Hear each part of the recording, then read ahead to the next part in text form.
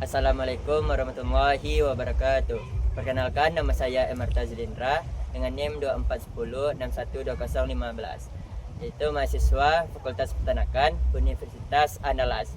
Di sini saya ingin membuat video dengan tujuan melengkapi tugas fisiologi ternak pada paralel 05 dengan dosen pengampu Bapak Dr. Insinyur Kusnadidi Subekti, SPT MP IPM.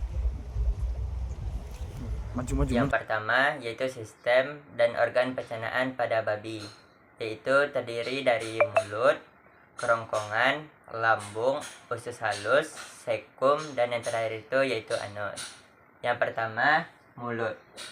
Mulut adalah tempat awalnya pakan masuk ke organ pencernaan, yang mana di mulut ini terjadi pemecahan makanan secara mekanis, yang mana pakan akan dikunyah dalam bentuk yang lebih kecil dengan menggunakan gigi.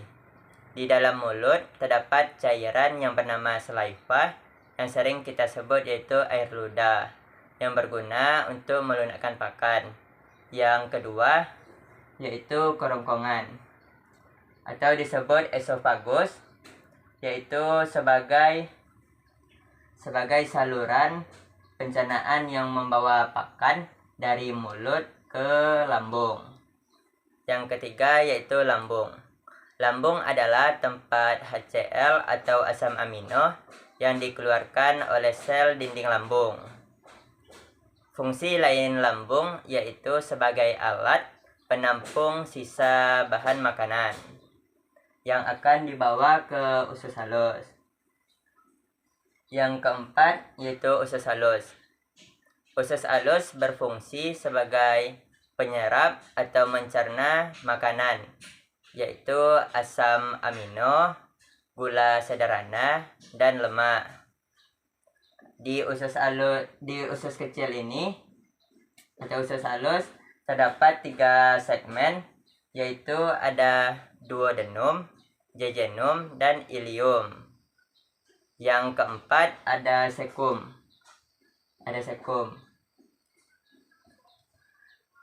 Sekum adalah kantong awal dari usus halus ke usus besar.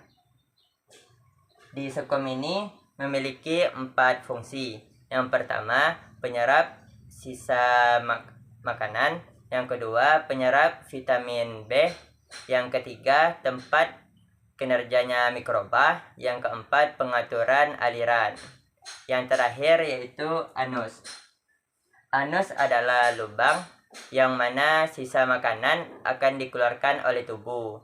Anus akan mengeluarkan sisa makanan berupa tinja. Mungkin hanya itu penjelasan sistem dan organ pencernaan pada babi. Lanjut ke pembahasan sistem dan organ pencernaan pada kuda. Struktur utamanya terdiri dari lambung, duodenum, usus halus, usus besar, sama rektum. Yang pertama yaitu lambung. Lambung sebagai alat menampung dan menyimpan pakan.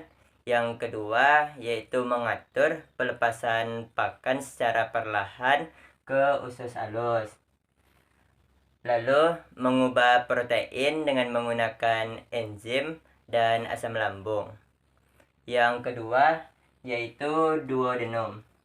Duodenum adalah usus halus yang berbentuk seperti huruf C,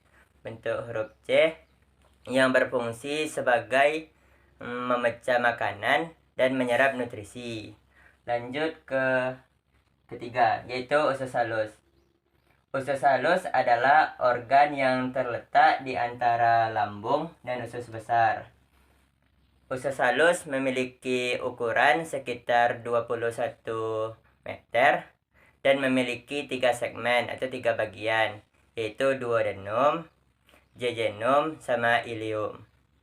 Fungsi usus halus ini yaitu mencerna nutrisi seperti protein, karbohidrat, dan lemak secara kimiawi. Lanjut yang keempat yaitu usus besar. Fungsi usus besar ada 4. Yang pertama penyerapan air, yang kedua pembentukan feses, Yang ketiga, penyimpanan sementara. Yang keempat, yaitu memelihara bakteri untuk menghasilkan vitamin K dan vitamin B. Yang kelima, yaitu rektum. Rektum adalah bagian terakhir dari usus besar yang memiliki fungsinya itu membentuk feses sebelum dikeluarkan dari tubuh oleh anus. Mungkin hanya itu penjelasan mengenai sistem dan organ pencernaan kuda dari Arta. Lanjut ke pembahasan sistem dan organ pencernaan pada kelinci. Yang pertama yaitu mulut. Mulut adalah tempat awalnya pakan masuk ke saluran pencernaan. Yang kedua yaitu kerongkongan atau disebut juga esofagus, yaitu mengalirkan pakan dari mulut ke lambung. Lalu lambung.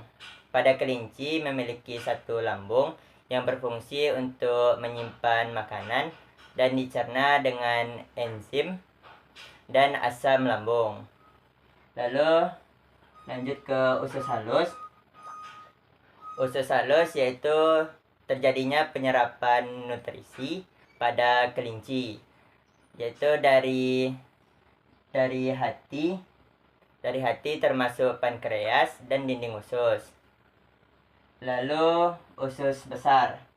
Usus besar terdiri dari dua bagian, yaitu sekum, fermentasi serat dan pati oleh mikroorganisme. Yang kedua yaitu kolon, yaitu memisahkan komponen yang dapat dicerna dan tidak dapat dicerna. Yang terakhir rektum dan anus, merupakan bagian atau organ terakhir dari saluran pencernaan yang terdapat atau berfungsi penyimpanan feses sebelum dikeluarkan dari tubuh. Mungkin hanya itu penjelasan sistem dan organ pada kelinci. Organ pencernaan pada kelinci. Lanjut ke pembahasan perbedaan sistem pencernaan pada unggas, kuda, babi, dan kelinci.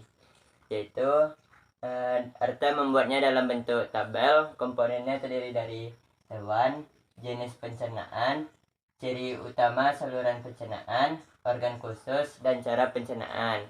Yang pertama pada unggas. Jenis pencernaan unggas yaitu non-ruminansia atau sering disebut monogastrik khusus. Lalu ciri utama saluran pencernaan yaitu tidak bergigi, memiliki tembolok dan ampela. Lalu organ khusus pada unggas, yaitu ada tembolok sebagai penyimpan makanan, ada proventriculus yaitu lambung kelenjar, dan ampela sebagai penggiling makanan. Lalu cara pencernaan pada unggas yaitu ada dua, mekanik dengan ampela, sedangkan kimiawi dengan enzim. Lalu masuk ke babi. Jenis pencernaan babi yaitu monogastrik sejati. Lalu ciri utama saluran pencernaannya, pencernaan mirip manusia, babi memiliki satu lambung. Organ khusus babi yaitu terdiri dari lambung tunggal besar dengan enzim yang lengkap. Lalu cara pencernaan babi, enzimatis di lambung dan usus. Masuk ke kuda. Jenis pencernaan kuda yaitu non-ruminansia herbivora.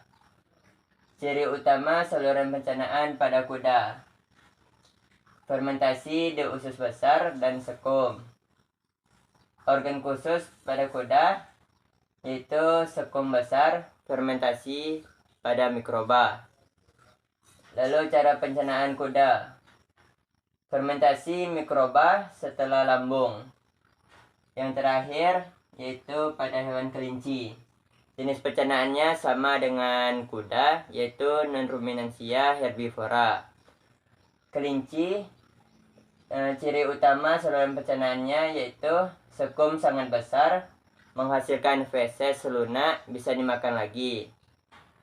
Organ khusus pada kelinci yaitu sekum besar. Yang terakhir cara pencernaan kelinci, fermentasi mikroba di sekum Registry nutrien.